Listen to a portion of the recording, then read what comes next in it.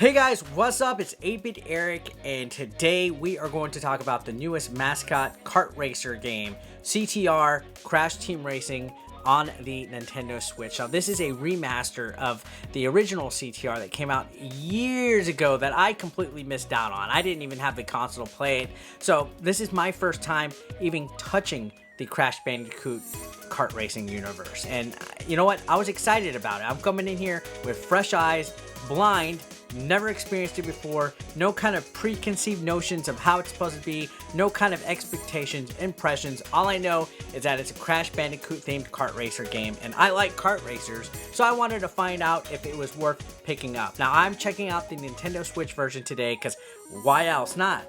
It's the system of choice for me. So guys, let's find out, is Crash Bandicoot Team Racing worth picking up for your Nintendo Switch?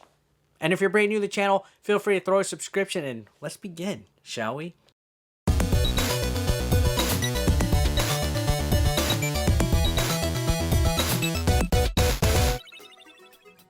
So CTR, as I mentioned, I never experienced it before, but I was pleasantly surprised with the way it looks. I mean, Crash Bandicoot's always been kind of a goofy and wacky and colorful game, and all the personality and charm that you would expect from a Crash Bandicoot game are thrown in here in racing form. Now, to put the story up in two things, it's like an adventure mode that's kind of like, I would guess, like Diddy Kong Racing a little bit, because there's a hub where you travel between world to world like race. So there's like 4 races or so that you have to beat in order to see the boss of that world, and there's like 5 different world hubs and stuff, and it's actually kind of neat. But I will say this, it's a lot more difficult of a racer than I ever imagined. You know, I'm used to Mario Kart, and I would say while there is general comparisons to Mario Kart, such as, you know, different characters based on the franchise, and then the obstacles that are littered throughout the stages and the racetracks, you know, you got shortcuts, you got boost pads, you got items that you can use to gain the advantage or everything. I would say compared to Mario Kart, this game is actually a much bigger challenge on difficulty, because these racer carts that you go against, you know, these computer opponents and everything, just seem like they're really good as far as artificial intelligence goes. In fact, maybe a little too good. You know, I can get by kind of just cruising and just coasting by on a Mario Kart game like no time flat. But on Crash Team Racing, you really have to be on your A game, like at all times, because just like that, whoever's in second place could just coast by you. And I've seen people say it's kind of a little bit too much on that, and I kind of in the middle agree, just because on the fact that there was times where I had to like retry on races, and on single player campaign mode you cannot proceed with that stage unless you get in first place. So it can be quite frustrating, but there's different ways that this game can actually be brought over into your favor. For one, the main mechanic of the racing is the power drift, and you got to learn how to drift because it allows you to have boost. And I will say it did take a little bit of a learning curve to me, because I'm used to Mario Kart again, and I know that might be an unfair comparison because apples to oranges, I guess, Pepsi to Coke. And like, for example, Mario Kart 64, the drifting on that, you kind of hold the shoulder button and wiggle left and right until you let go of it when you're ready for a boost. While this one, you kind of hold the shoulder and point in the direction you're going, and then when the tire glows, you hit the opposite shoulder button.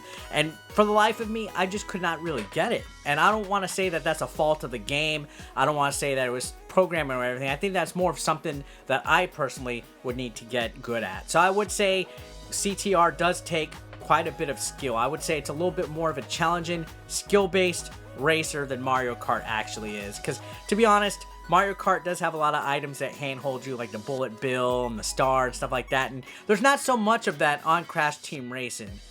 There's a couple of items that do provide, as I stutter all over myself, a better chance for you to win or whatever, but for the most part, it really does come down to the nose, and it can be extremely frustrating because it does feel like there is quite a bit of rubber banding involved. And I know it's been pointed out by like friends like RGT85 and Wood from Beat 'em Ups, and it was noticeable. And I'm not saying that's what makes this game a bad game by any means, because honestly, I think it wasn't bad. I think it was pretty standard for a kart racing game. Just the difficulty was tuned up a little bit, but luckily there's a easy, medium, and hard difficulty mode. So maybe if you tune it down a little bit, you can get some practice in and stuff. But I don't really enjoy the campaign mode, to be quite honest.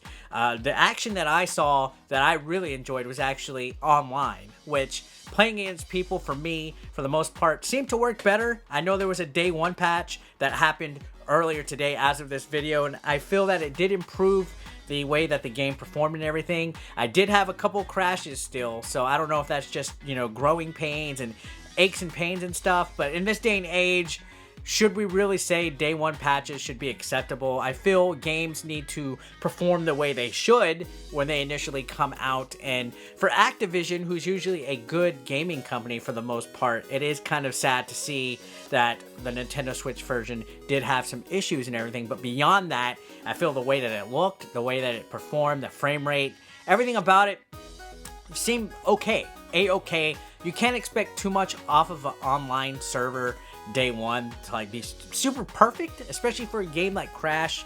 You know, there's games out there like AAA games that have issues as well, but we shouldn't accept that just in general. Like CTR aside, we shouldn't really accept that. But I will say the battle modes, much fun, like similar to what Mario Kart has, and the racing online. That's where the game really shined at, and you earn coins and stuff by completing certain races, no matter where you're at, that go towards customization options and stuff. There's even a shop, but you have to be connected to the internet for that, and it's kind of like a rotating shop. Everything that's in the shop kind of stays in there for a limited amount of time. So there is a little bit of like online connectivity required to access a lot of the other features for the game and stuff. So I don't know how people might personally feel about that, especially since, you know, Nintendo Switch Online kind of sucks as it is.